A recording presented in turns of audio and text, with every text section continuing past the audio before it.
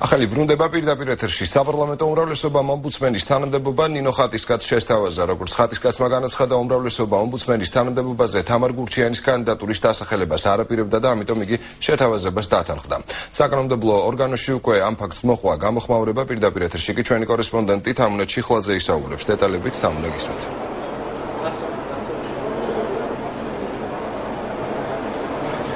ეხსოვს უკვე გაკეთდა პირველი შეფასებები, პირველად ახალი ამბავი ჟურნალისტებს დათო საგანელიძემ გაგვეცნო. მან თქვა, რომ ნინა ხატისკაცი არის ის კანდიდატურა, რომელსაც უჭერს მხარს უმრავლესობის სამივე ფრაქცია და შერჩევის კრიტერიუმი ამ შემთხვევაში იყო ის განვლილი გზა და ბიოგრაფია, რაც გააჩნია ამ კანდიდატს.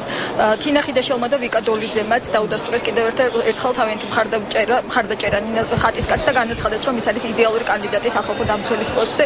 ჩვენ შეგვიძლია მათი კომენტარები მოვისმინოთ. უმრავლესობა შესაბამისად სამივე ფრაქცია შევთანხმდით, რომ ჩვენი კანდიდატურა იქნება ხალბატონი ნინო ხატისკაცი.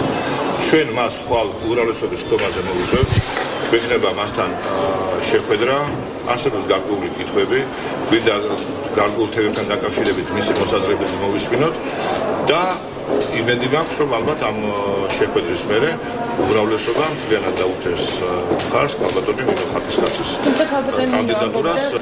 ძალიან მარტივად ვფიქრობ, სახალხო დამცველი უნდა იყოს ისეთი ადამიანი, ვისაც აქვს გამოცდილება ადამიანის უფლების სფეროში საქმიანობის, ვისი რეპუტაციაც არასოდეს ეჭვქვეშ არ დამდგარა, ვისაც აქვს ძალიან მაღალი ხარისხის ნდობა სამოქალაქო საზოგადოებიდან და მე ვფიქრობ, რომ ამ თვალსაზრისით ჩვენ ძალიან წარმატებული ერთის მხრივ მაღალი ნდობის და მაღალი პროფესიონალიზმის სახალხო დამცველი გვეყოლება. თუ კი საქართველოს პარლამენტი მხარს დაუჭერს, რა თქმა უნდა, ნინო ხატისკაცის კანდიდატურას. რთული იყო ამავე დროს მე გაგითხრათ ამ კანდიდატებისგან ერთი სამორჩევა, როგორც ყოველთვის ხდება, ყველა მაღალზნეობრივი, მაღალ პროფესიონალური, სამართლიანი ადამიანები არიან. მაგრამ ბოლოს მივედით იმ დასტანს, რომ ხალბატონი ნინა ნამდვილად კარგად გააცნობდა ამას თავს. თქვენ იცით, რომ მან დიდხანს იმუშავა ტრანსპარენტულობა საქართველოს საერთაშორისო ორგანიზაციაში, სადაც ამ საკითხებთან, კონკრეტულ საკითხებთან ერთად საკმაოდ კარგად ართმევდა თავის საქმიანობას თავს. ძალიან ბევრი ის კრიტერიუმები ამავე დროს არ ჩამოთვალე, ითვალისწინებს იმას, რომ ალბათ ნამდვილად ღირსეული კანდიდატია. სახალხო დამცველის კანდიდატურასთან დაკავშირებით ჯერჯერობით ჩამოყალიბებული პოზიცია არ არსებობს საპარლამენტო უმცირესობაში. ჩვენთან საუბარში გოგა ხაჩიძემ განაცხადა, რომ პარლამენტის შეკრებამდე ძალიან ბევრი კანდიდატი იყო წარდგენილი, ამიტომ რთული იყო მათი ბიოგრაფიებისთვის თვალყურის დევნება, ასე რომ უმცირესობა თავის გადაწყვეტილებას უკვე უახლოეს მომავალში გაგვეცნობს. ჩვენ შეგვიძლია გოგა ხაჩიძის კომენტარი მოვისმინოთ.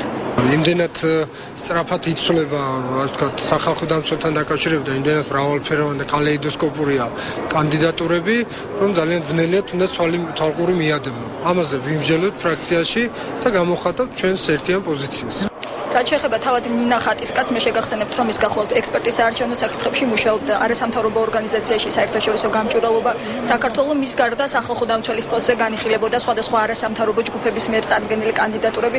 ესენი იყვნენ თამარ გურჩიანი, ლია მუხაშავრია, დიმიტრი ლურთქიფანიძე, უჩან ანუაშვილი, გელა ნიკოლაიშვილი, ნათია იმნაძე და თუმცა არჩევანი საბოლოოდ შეჩერდა ნინა ხატისკაცზე. თავად ხატისკაცი აცხადებდა, რომ ის კანდიდატურას მოხსნიდა გურჩიანის სასარგებლოდ, თუმცა როგორც მან თქვა მოგვიანებით, უმრავლესობა აუხსნა მას, რომ თამარ გურჩიანს არ ექნებოდა უმრავლესობის მხარდაჭერა, ამიტომ ის დათანხმდა შემოთავაზებულ პოსტს. დღეს პარლამენტი კენჭს უყრის ყოფილი სახალხო დამცველისთვის გიორგი ტუღუშისთვის უფლებამოსილების შეწყვეტის საკითხს, ხოლო რაც შეეხება თავად ახალ სახალხო დამცველობის ახალ კანდიდატს ნინა ხატისკაცს, ის ხვალ შეხვდება საპარლამენტო უმრავლესობას. თამარ ჩიხლაძე საუბრობდა პირდაპირ ეთერში პარლამენტიდან.